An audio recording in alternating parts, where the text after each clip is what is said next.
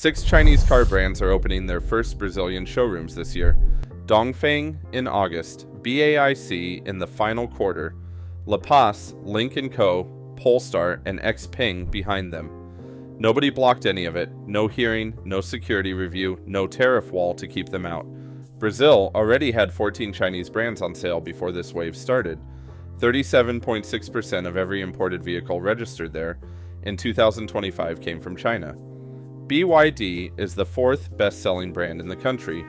By the end of this video, you will understand why the cars North America will not let in are landing in Brazil with the door held open. Making these videos takes a lot of time, so if you are finding this interesting, hit subscribe, because the number at the center of this story is still climbing. The door Brazil left open. Start at the border, because that's where this actually begins. At the end of 2023, the import duty Brazil charged on an electric car was 0, not reduced. 0. The policy was written to get clean vehicles onto Brazilian roads quickly, and it did that. It also handed every Chinese manufacturer a customs desk with nobody standing behind it, at exactly the moment those manufacturers were looking for somewhere to send the cars they could no longer sell fast enough at home. Now put that next to Washington. A Chinese electric car entering the United States pays 100% under Section 301 and another 25% under Section 232. Call it 125% and the effect is simple.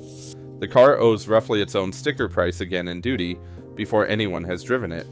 There is no BYD dealership in Ohio because the arithmetic makes one impossible. So they went where the door was open and 14 brands walked through it. 14 badges, and 6 more coming. Start with the names. BYD, GWM, CAOA, Chery, CAOA, Chang'an, Geely, GAC, Jetour, Leapmotor, MG, Zeekr, Denza, JAC, Foton, and Omoda JQ, all 14 selling in Brazil right now. Not one of those 14 brands sells a new car in the United States. Picture a dealership row on the edge of a Brazilian city in 2019. Fiat, Volkswagen, Chevrolet, Toyota, Renault. 5 badges a Brazilian family had been choosing between for 2 generations. 6 years later, there are 14 more names on that same road, and a consultant tracking the market, Milad Kalume, Neto, counts 38 Chinese brands and sub-brands either operating in Brazil or in development for it. The 6 arriving this year are not repeats of the cheap compact playbook either. Polestar and Xpeng are aimed straight at Audi and BMW showroom traffic. La Paz is a Chery sub-brand. Lynk & Co. belongs to Geely, and the small electric car in its range sits on the same platform Volvo built the X30 on. Getting the cars into the country was the easy half. Building them there is the part that took a factory. The plant on the site Ford walked away from. In 2021, Ford shut down its Brazilian manufacturing and left Camaçari in the state of Bahia. BYD bought the site. 9 months after the line started running, the plant had produced 100,000 vehicles, and in March of this year, the company announced 3,000 more hires. GWM did the same trick further south. Its Brazilian plant, opened in August 2025, is the factory Mercedes-Benz used to run at Iracemápolis. Both of those factories were built by Western companies that gave up on the Brazilian market. That is the supply side. What it did to the sales charts is the part Brazilian dealers did not see coming. What the sales charts did. In the first half of 2026, Brazilians bought 1.35 million new vehicles, up 20.1% on the year before. BYD took 21,700 of them. That's a 107.5% increase in 12 months, an 8.3% share, and 4th place overall in a market where the top 3 have been European or American for as long as anyone has been counting. Denza, BYD's premium division, sold 4 cars in Brazil in the first half of 2025. In the first half of 2026, it sold 1,352. In the price band between 400,000 and 500,000 reais. The part of the Brazilian market that used to belong to Audi, BMW, and Mercedes, Chinese brands now take about 44% of registrations, nearly half of Brazil's premium segment. Fenabrave, the dealer's own federation, revised its 2026 forecast for the whole Brazilian light vehicle market upward from 3% growth to 8.8%, and said openly that Chinese brands were the reason. All of which sets up one number from one brand that almost nobody outside Brazil and China has heard of. The number. Omoda and Jaiku is a pair of Chery sub-brands. Across all of 2025, it registered 7,219 cars in Brazil. That is a rounding error in a market of nearly 3 million. Its target for 2026 is 50,000, nearly 7 times the volume in 12 months. The figure comes from Roger Coraça, who was Vice President of Sales and Marketing at Volkswagen do Brasil until the end of 2025, and took the Executive Vice Presidency at Omoda and Jaiku in January. His stated brief is to stand up a factory, build the supply chain, and get the brand to 50,000 cars a year. The infrastructure is already moving. The dealer network passed 100 stores. The parts warehouse at Cajamar, outside Sao Paulo, is being taken from 1,600 square meters to nearly 3,000 across this year, with the component count going from 60,000 lines to a target of 100,000. Compare that with the United States, where you cannot walk into a dealership and buy a new BYD, a new Chery, or a new GWM at any price. That's the case for taking this seriously. Now the case against it. What Brazil is actually doing about it. Brazil did not leave the door open forever. It has been closing it on a published timetable since the end of 2023, and this month, the last step landed.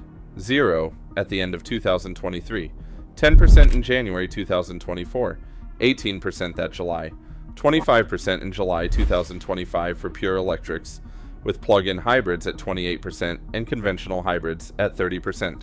And from July 2026, this month, 35% on every imported electrified vehicle. One more step is scheduled. Kits shipped in, fully knocked down for local assembly still pay 14%, and that goes to 35% in January 2027.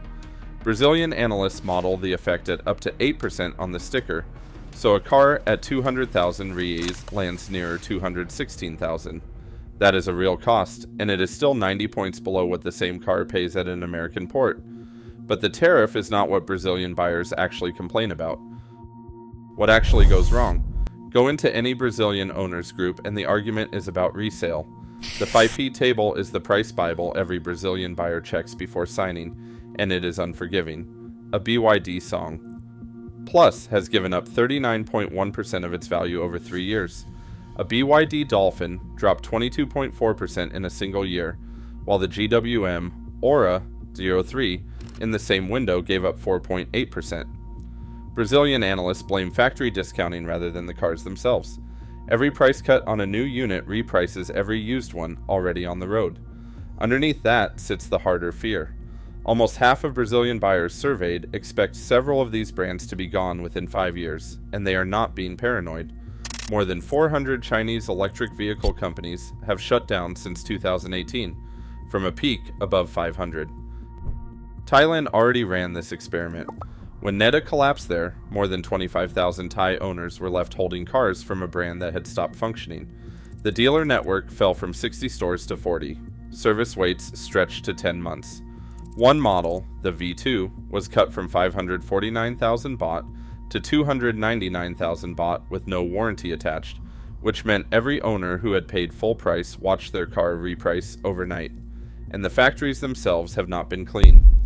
Brazilian labor inspectors who visited the BYD construction site at Camaçari between December 2024 and May 2025 found 471 Chinese workers brought into the country irregularly and rescued 163 of them from conditions the Brazilian state classifies as analogous to slavery.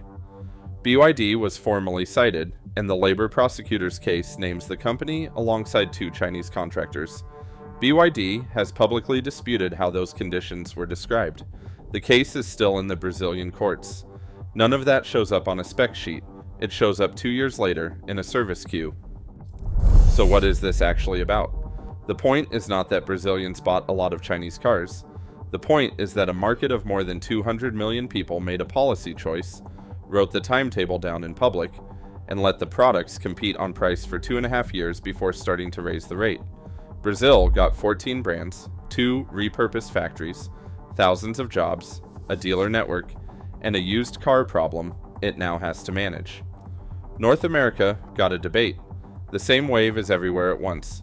China exported 3.43 million new energy vehicles in 2025. That is 70% more than the year before. The single biggest destination was not Europe. It was Mexico, at roughly 221,000 vehicles, followed by Russia, then the United Arab Emirates, at about 192,000. Mexico borders the market that priced these cars out. The tariff wall holds at the customs line. It does not hold anywhere south of it, which is why Brazil is worth watching closely rather than filing as a curiosity. It is the largest test yet of what happens when Chinese car makers are allowed to simply compete, and the results are arriving in monthly registration data anyone can read.